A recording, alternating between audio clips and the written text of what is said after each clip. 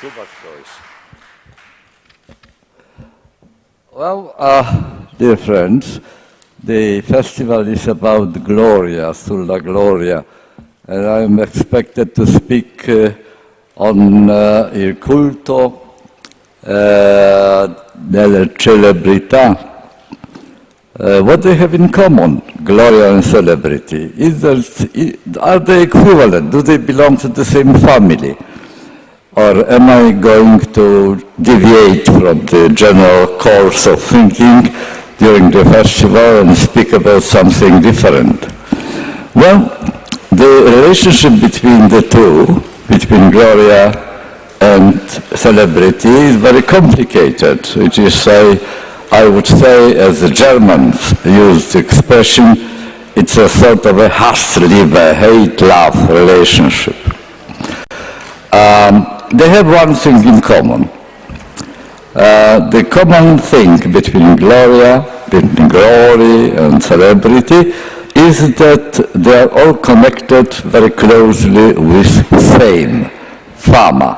Fama is the common denominator of gloria and celebrità. Fama. Fama means that many people know about it. It is not a private affair.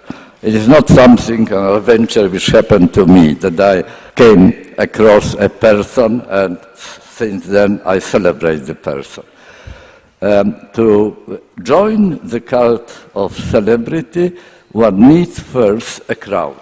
Crowd must be there. Many people to whom the name of the celebrity person rings a bell. He is known. That is the common denominator. But now, if you start thinking about the nature of the fame, why some people are glorious people and why some people are celebrated people, is it the same or not? Or are there different reasons between being famous in one and the other case? Well, fame in general is as old as humanity. Every era had people who were well known to others, people who were in the focus of visibility, people who were noted, known about, and sometimes also met. But in each case, they were respected in one way or the other. But when you say gloria, the idea is associated with things like dignity, grandeur, greatness, honor, majesty even, distinction, eminence, magnificence, very flattering descriptions. Flattering descriptions bringing to your mind immediately some very peculiar merit of the person in question. The merit consists in contributed something to our common life, to our joint life, giving something to society rather than taking out of it, making an impact on the condition and also on the prospects, on the future of all of us. Karl Marx once said that each society has leaders which each deserves. It was a slightly ironical statement on behalf of, on part of Marx. What he meant is that some societies have adventurers and demagogues for their leaders, and the others have reformers, big statesmen, people who create new laws, new order, and push society forward. So, what Marx had in mind is that when you know who leads a society, you can learn quite a lot from it about the nature of society itself. And the same, ladies and gentlemen, with all due respect to Marx, I would say about fame. The famous people in every society are of such kind which society has in demand and creates. So fame, in case of famous people being glorious people, is very different fame in case it is celebrities which are the famous people. The glorious people, people endowed with glory of their polis, of their nation, of their tribe, of their state, were people praised for their contributions to the well-being of the whole. Sometimes they could be generals, if there was a warfare, and Athens conducted Peloponnese wars, for example. Sometimes they could be creators of new rights, creating new order out of previous chaos, or replacing old-fashioned, outdated order with more adjusted to human needs, like Solon, for example. In recent past, in the so-called solid period of modernity, fame was something which was cherished, which was possessed and cherished by industrialists, pioneers of industry, inventors, great scientists, which broke horizons of cognition and opened new horizons to our understanding of the world. These sort of people were the famous people. What for have their fame contemporary celebrities? I don't know better definition of celebrity apart from one given by Daniel Boorstin. Daniel Boorstin defines celebrities as people who are well known because of their well-knownness. So the merit doesn't count. Most people wouldn't say even that they are able to describe the nature of activity of the celebrity in question. What counts really is simply that this person or these persons are on everybody's tongue, that they are crowd pullers. They pull the crowd. When you never are celebrating anything in solitude, in loneliness. You are always surrounded by masses of people who do it. Celebrities are good for one thing. Whether they are good for the well-being of society is a question, a very moot question, I would say.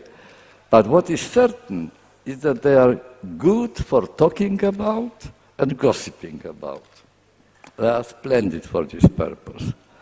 Now, why we should attach this, why we should create the cult of such people who are good for talking about and gossiping about? What makes us to do it? What has changed in the society to enter the stage?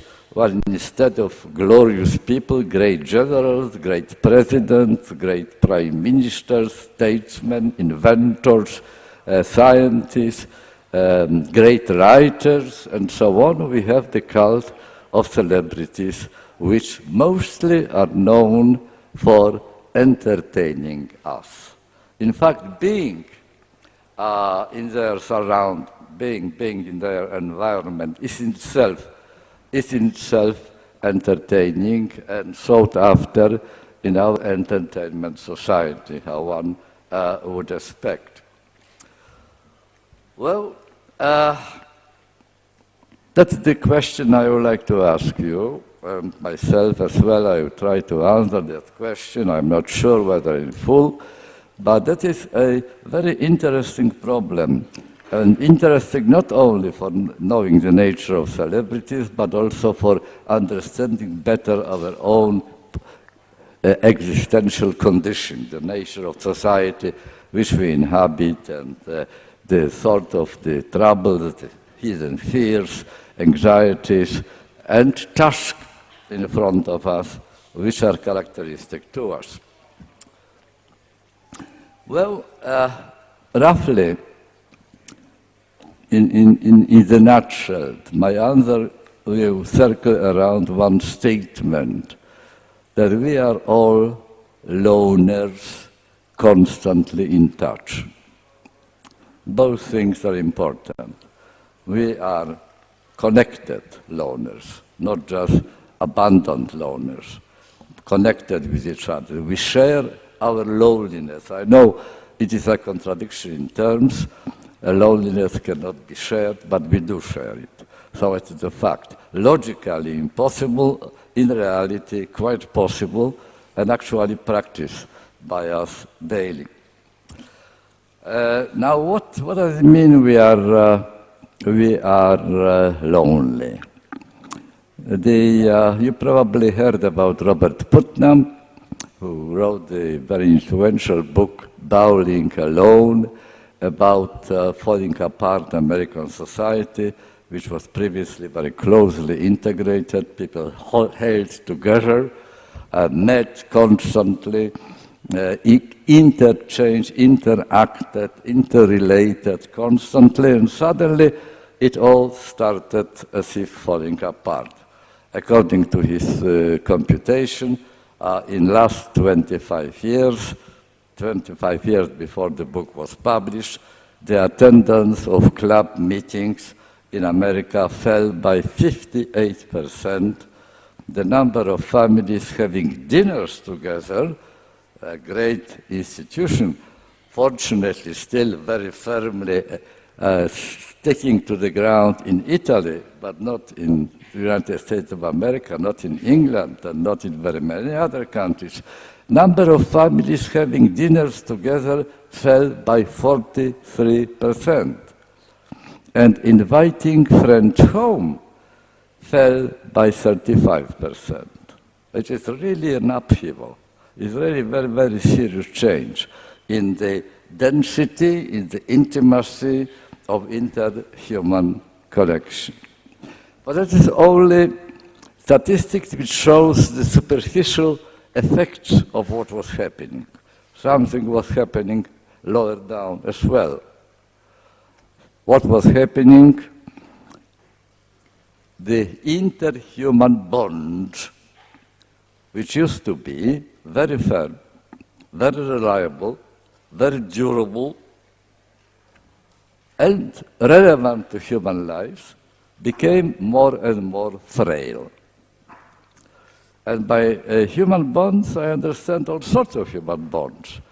And all of them were affected. I understand labor. Sorry?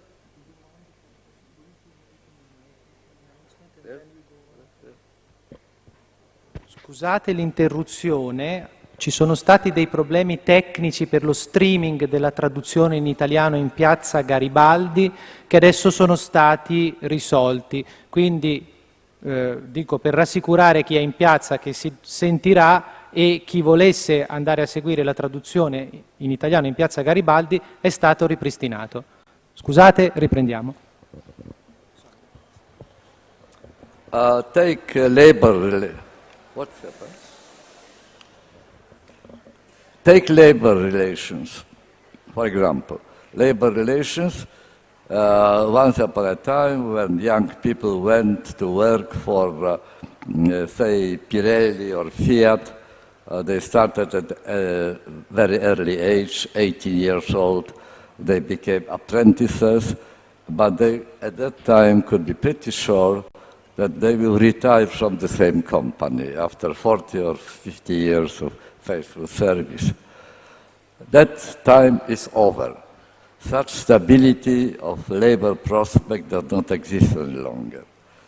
People normally have not time enough spent in one company to develop firm connections of loyalty, mutual attachment, sympathy, cooperation, solidarity with their mate in the work. You are lucky if you are sticking in the same company for a number of years. it happens less and less often today, you are in advance expecting, not like this apprentice who joined Fiat or Pirelli, but today you are not expecting like him that he will retire from the same place. You expect rather that at the next merger, the next round of economies, of cuts, of restructuring, rationalization of the company, you may be simply kicked out, regardless all efforts and loyalty which you invested in the company in which you work. Take private relationships, the same fragility, the same brittleness. Divorce becomes a normal institution today. More than half of marriages in the United States of America end in divorce, and this applies only to the first marriages. More than half first marriages end in divorce. As far as the second marriages and third marriages are concerned, as a rule, they last even shorter time than that. And virtually every child born in America sometimes spends in a split family when the one father is replaced by another or one mother is replaced by another. Now this sort of experience of fragility, not lasting quality of the family ties is spreading, is growing in very quick pace. I know again that, fortunately for all of you, Italy is an exception of the general rule, but nevertheless, even here, the same trend is being already noted. The ties, the bonds of neighborhood are getting weaker as well. Very often people don't know even the names of their neighbors, and much less than that, they don't establish any regular contacts with them. The question, which once upon a time, not so long ago, was a natural impulse, natural reflex, like stretching a helping hand to a neighbor in need, becomes again less and less frequent. Now, to see the change which happened, I think it is helpful to think about two different forms of human aggregation. One, which was the dominant form of human aggregation still about half a century ago, and one which is the dominant form today. The first was called community, comunità. People very often use this term today by memory, by inertia, mental inertia, but the reality behind what we call today comunità is very often very different from the reality which was then behind it. People very often, when there is a conflict somewhere abroad, people speak about international community. Now I put it to you, ladies and gentlemen, that something like that doesn't exist. There are ad hoc coalitions for a particular purpose which break down and dissipate immediately after or even before the target has been achieved. But the real community was a very tough, very solid thing, very solid body. First of all, you were born in a community and belonged to a community because you were born there. If you were not born in community, try to enter it. It was not an easy task. Community guarded its entry. It was very vigilant. It wouldn't allow foreigners inside. Well, Italian community looks at foreigners coming to Lampedusa, not, extending their shoulders and trying to embrace them. They are suspicious. They are afraid, not without grounds, that the influx of strangers, of foreign people, will undermine the way of life which they like, which they want to defend, which they want to retain. So community had it in its own character. It was guarding its boundaries. But not only entry was guarded, but also exit was guarded. It was difficult to enter a community, but it was very difficult to leave behind a community. If you grew disenchanted, if you didn't like it, if it was not your cup of tea, you wanted rather try something else, you would be, at that time, proclaimed a traitor, a treacherous character, and the infamy which follows will go after you for a long, long time. Compare that comunità with rete, network. Network is the dominant form of aggregation today. That's what young people use instead of community. My network, they say. What is network? Network is a constantly changing, fluid, liquid totality. Changes its composition according to will, according to the moment. It is tremendously easy to enter a network. No one controls the entry. No one cares about whether you enter or not. And it is very easy to leave a network. You can just stop answering messages, you stop sending Twitters, and that is the end of the story. And you can send Twitter to somebody else, to other set of addresses, which will become your network. Now I put to you, my friends, that as always in human life, whenever there is a change, you gain something and you lose something. What you gain by the passage from community as dominant form to the network as a dominant form, you gained a lot of freedom.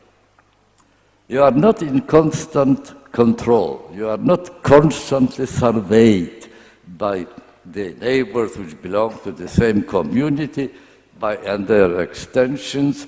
You are not controlled, you are not immediately penalized when you step aside, when you are not following the rules properly and so on.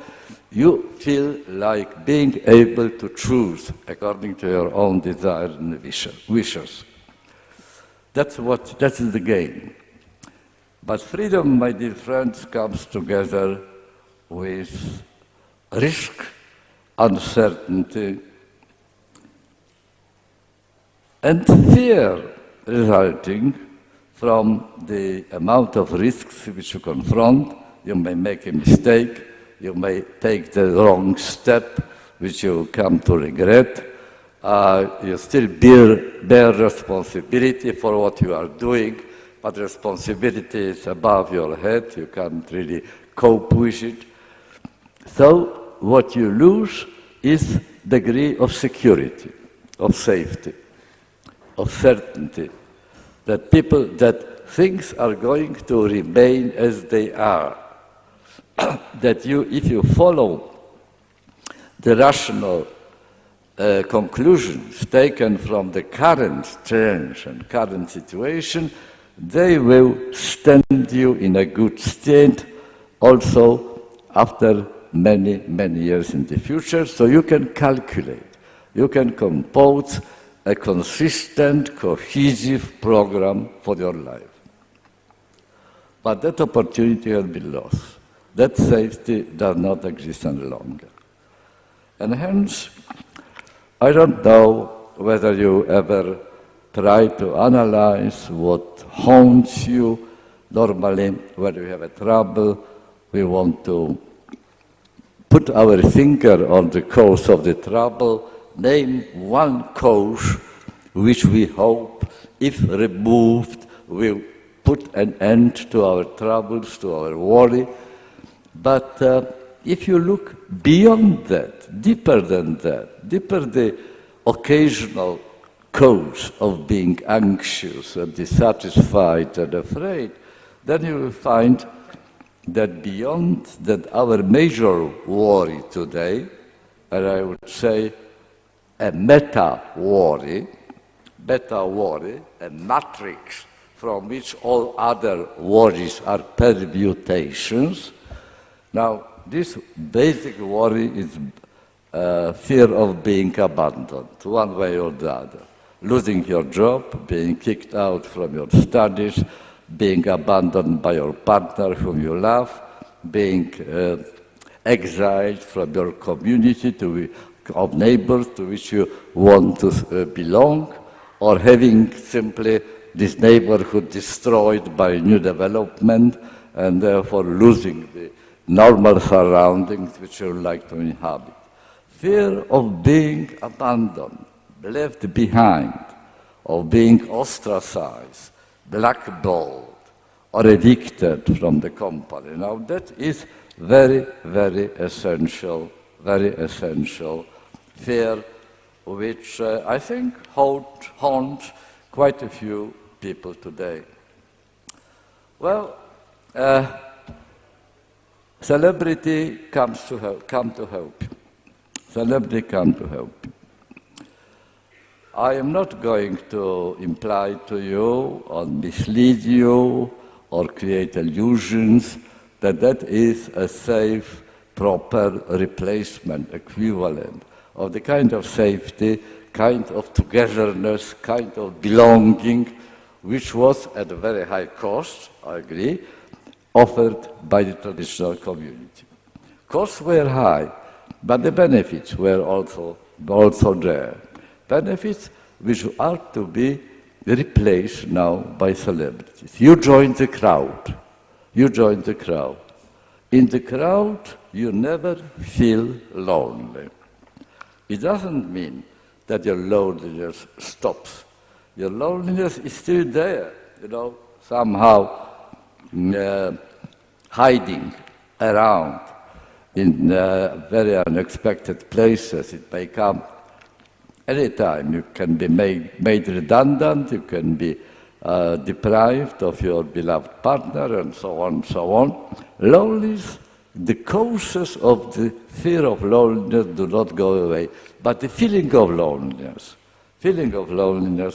can be, for some time at least, is suspended. If you remember still one of the first celebrated group of singers, Beatles, that was the very beginning of the era of celebrities, when Beatles appeared. And that was a very, very great discovery. Not that they had beautiful voice. Perhaps they had beautiful voice, not because their songs were beautiful, but also because so many people could come to their concerts, enjoy screaming together, storming barricades together, even fainting together is of enthusiasm. Togetherness, belonging. They were not alone any longer. They were surrounded by thousands of people who did the same at the same time, shouted the same thing, reacted in the same way, and so on. Well, one would say it was short-lived because you came to the concert, even if it was a very long concert, even if it was a Woodstock festival, still it lasted a few days at the utmost. And then you had to return to the daily routine. But the energy accumulated inside, the anger, the disquiet, the anxiety inside, could be unloaded for a time. So you paid for the very, very high prices of the tickets for the Beatles concerts, not only for the privilege of listening to their songs, but for the privilege of sharing the screaming and fainting with other young people like you, undergoing through the same turmoil and the same kind of worries. You paid for a short-lived, but nevertheless very strong feeling of belonging together. That is what is beyond the cult of celebrity. It is a medicine against the real, already genuine, or expected loneliness. Loneliness you are afraid of. Replacement for the missing assurance, certainty of being part of a bigger whole, of belonging to something. Replacement for the need of community, which you cannot satisfy in direct way. Well, celebrities perform also other functions, and very important functions. We are all individuals now, as you know, individuals by decree. They would say, some of you at least would say, well, what kind of individual I am?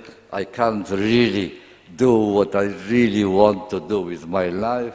I lack the resources. Everything conspires against me going the way I have chosen. So I am not, in fact, individual. Many of you would say that, but it doesn't change the fact that we are all individuals by decree, which means that if something goes wrong, if we suffer a defeat, if it doesn't succeed to cope with the challenges of life in our kind of society, we are, each one of us personally is held responsible. It's our responsibility. I repeat on this occasion, after my colleague Ulrich Beck all the time, he formulated it very well, that in our society, each individual is expected to find, by individual efforts, with individual means, find individual solutions to socially produced problems. We are like that. And because we all are like that, then because of that, in no previous era, the art of life was such an important thing in our thinking about how to accommodate yourself, how to place yourself, how to situate yourself in society in which you live. Art of life, or put it on from the other way, approach the same issue, life as a work of art, life as a work of art. You are the artist. You are the artist of your own life, or craftsman, if you wish.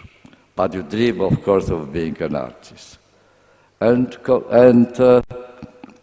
celebrities are artists of life.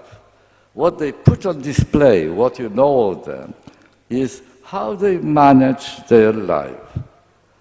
Life which is strikingly similar to your own, mind you, not their solutions, because they are already very famous, they are already on the covers of glossy magazines, and you can't dream about it. They receive many, many more Twitters than you are sending. They are already celebrities, right? But at the same time, what they are famous for, not so much for the kind of roles they play in films, not so much for the kind of songs they sing on stage, but for their individual biographies. They are, I repeat, strikingly similar to you. They are not flawless, they are not ideals. They are ordinary people like you and me.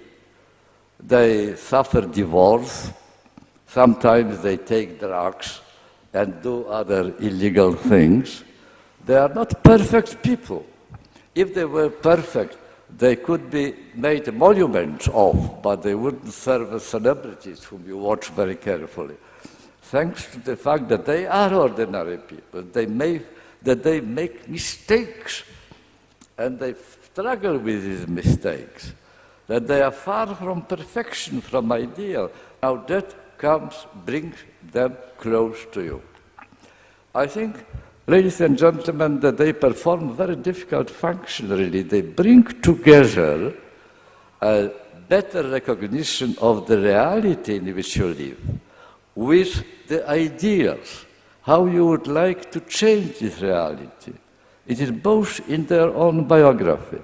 You can find answer to this sort of question. And they bring it the easy way, bypassing the obstacles, bypassing the gulfs which you have to cross and the bridges and so on. It is all visible. They are on the screens. You remember, I'm sure, René Descartes, one of the greatest philosophers in history, and some people say even originator, pioneer of modern philosophizing. René Descartes is famous, among other things, for his formulation of cogito. Cogito. What is cogito? He was troubled at his time, in the 16th, 17th century, were times when people really came across the very disquieting issue, relationship between reality and illusion, between the facts of the matter, and false imagination or fantasy. How to distinguish the two things? Descartes reached to the bottom, to the roots of the problem, at the question, how do I know? How do I know? How do I know that I really do exist? Perhaps it is some trick of a devil. Perhaps I'm dreaming. Perhaps it is a demon which plays with me and suggests that what I am doing now is real around me. How do I know? His answer, well, questionable answer, but still extremely influential because it originated our modern thinking, was cogito ergo sum. I think, therefore I am. One French journalist, a very witty one, joked that if Descartes was here with us, he would probably reformulate his cogito and say, I am seen on television, therefore I exist. But that happened, this witticism of this journalist was 30 years ago. Today, Descartes would probably say something else.